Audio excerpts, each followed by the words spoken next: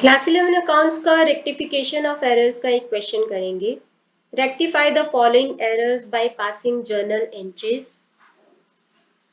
A sum of rupees 470 received from Ganga was posted to her debit as 740।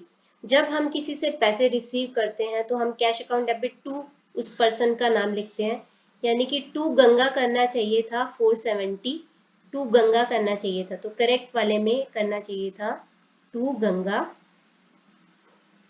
470 और it was posted to her debit as 740।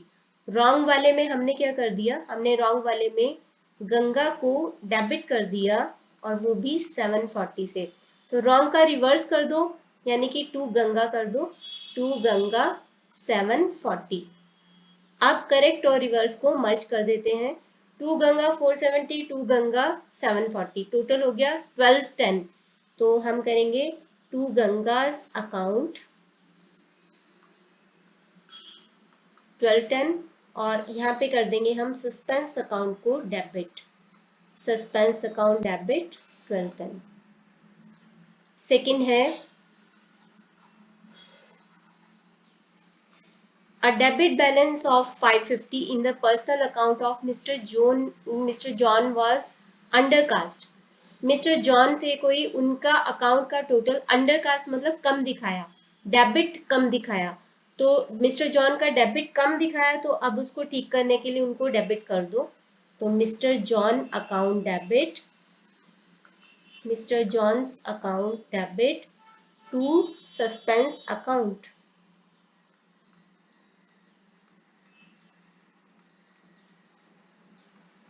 Next है check from Brown for rupees 3000 posted to the credit of expenses payable account and credited to Brown's account।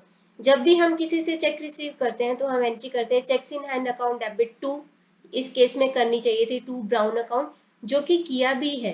Check from Brown for rupees 3000 posted to the credit of expenses payable and credited to Brown's account.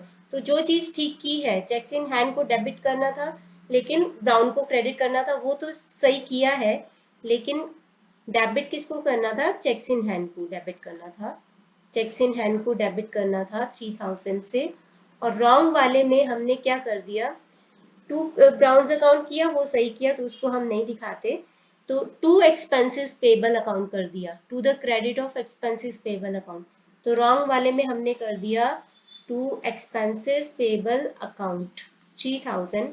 अब wrong वाले को reverse कर दो, wrong वाले को reverse कर दो, तो यहाँ पे हो जाएगा एक्सपेंसेस पेबल अकाउंट डेबिट 3000। अब करेक्ट और रिवर्स को मर्ज कर देंगे तो एंट्री हो जाएगी हमारी cheques in hand account debit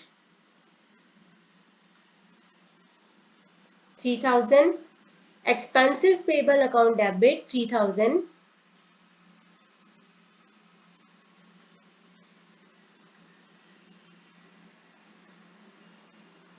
to suspense account, to suspense account 6000।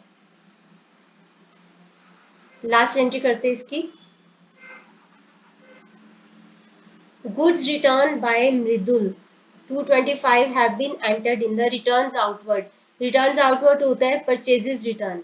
इसको ऐसे समझ लो कि हमने परचेज किया था, वापस चला गया, आउट चला गया, तो परचेजेस रिटर्न। तो गुड्स रिटर्न बाय मृदुल, मृदुल हमारा कोई कस्टमर था, डेटर था, उसने गुड्स वापस किए, हमने उसको गुड्स बेचे थे, सेल्स किए थे, उसने वापस कर दी, यानी सेल्स रिटर्न है। सेल्स रिटर्न को हम डेबिट करते हैं। तो करेक्ट एंट्री क्या होनी चाहिए थी, करेक्ट एंट्री होनी चाहिए थी कि sales return account debit 225 to Mridul, क्योंकि एंटर्ड है तो पूरी की पूरी एंट्री गलत हो गई।